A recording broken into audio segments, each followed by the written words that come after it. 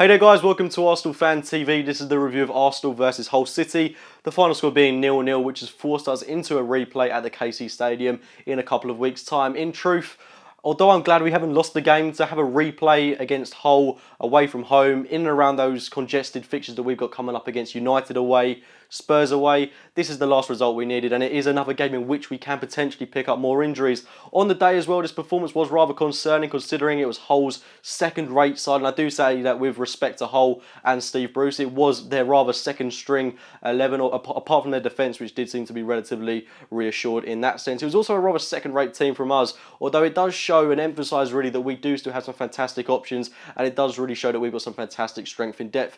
But we couldn't get a couple of goals against this Hull City side, and scoring goals has been an evident problem for us.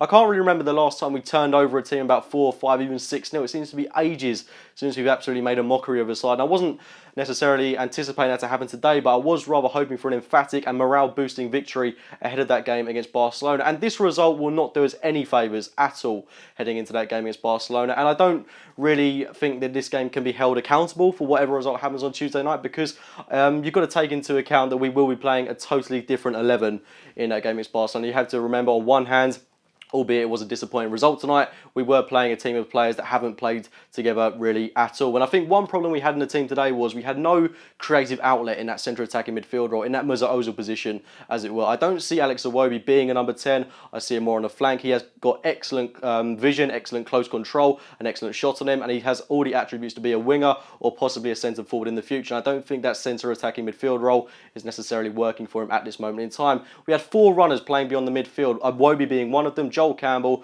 Theo Walcott and Danny Welbeck, but no one to play them in, no specialist in the attacking midfield role like Mesut Ozil, and the other options we've got like Thomas Rosicky, Santi Cazorla and Jack Wilshere are all out injured, so we were kind of forced into the situation of playing Iwobi or risking Mesut Ozil ahead of the game against Barcelona. So we were in a way relying on Mohamed El-Nene and Matthew Flamini to create something for us in the midfield. El-Nene, I thought, did a very decent job of not necessarily creating but keeping things ticking over. He does seem to be a very sound player, a very safe player.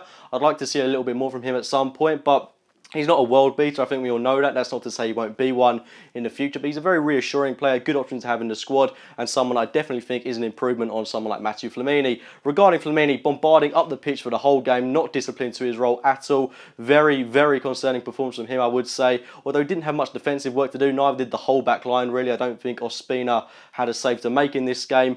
I do think Flamini has to be more disciplined to his position if he is to merit a start in this Arsenal team, which for me, he doesn't really deserve to be starting in this Arsenal side in the year of 2016. He has had his time in Arsenal Football Club, and I'm actually quite amazed that he still is playing for Arsenal. I mean, he must walk onto that pitch every single time he plays thinking how he's still in the 11, because it is a bit of a mystery to all of us. But like I say, the defence was rather sound, albeit didn't have a lot to do. Ospina was calm in goal, although, like I say, didn't have a save to make. But it's just concerning how we couldn't get a goal in this game. Just not one goal against a second-rate Hull City side does spark cause for concern.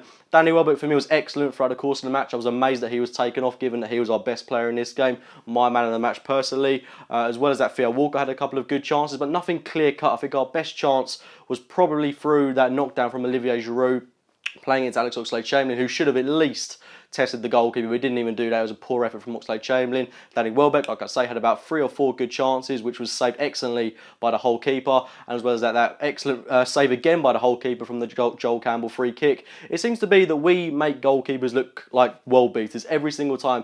Every time a goalkeeper comes to the Emirates, they've got something to add to their show reel. And it's amazing that it seems to happen time and time and time again. And it can't be that these goalkeepers are world class every time they play us. It's that our finishing is pretty diabolical, and it's something that's got to be improved. And I would hope going into that game against Barcelona, we're able to look at that, revise it, and just generally improve it, because we've got to take our chances when they come to us. We've got to be more clinical, because we create loads, but we just aren't able to finish it off. And in that second half, we didn't create a lot. We had no outlet whatsoever. Like I say, we severely missed the creating attacking midfielder, someone like Mesut Ozil. There was a shout for a penalty. I think it was Alex Bruce that handled the ball. I need to see that again. Of course, I haven't really seen it as I was watching it in the stadium at the time, but certainly something to be debated on. And now we've got ourselves in a position where we go into that game against Barcelona with not the highest of confidence. On one hand, like I say, it will be a completely different 11, different fullbacks. The only thing I expect to be the same in that game against Barca is Koscielny and Mertesacker playing at centre-half, but we'll have Oxlade-Chamberlain starting, I assume, Alexis Sanchez, who looked incredibly rusty when he came on. That's a rather worrying factor. He doesn't seem to be at his best just yet after coming back from injury. Got to prove a point against Barcelona for me. Giroud looks excellent every time he plays. I thought he was superb when he came off the bench. Welbeck, I think he's got a very good case to start that game against Barcelona because he was magnificent throughout the course of today. We'll have Ozil playing, we'll have Coquelin back in the side, Aaron Ramsey, Petr Cech. So should be an interesting game on Tuesday night. Got to go out there and prove a point.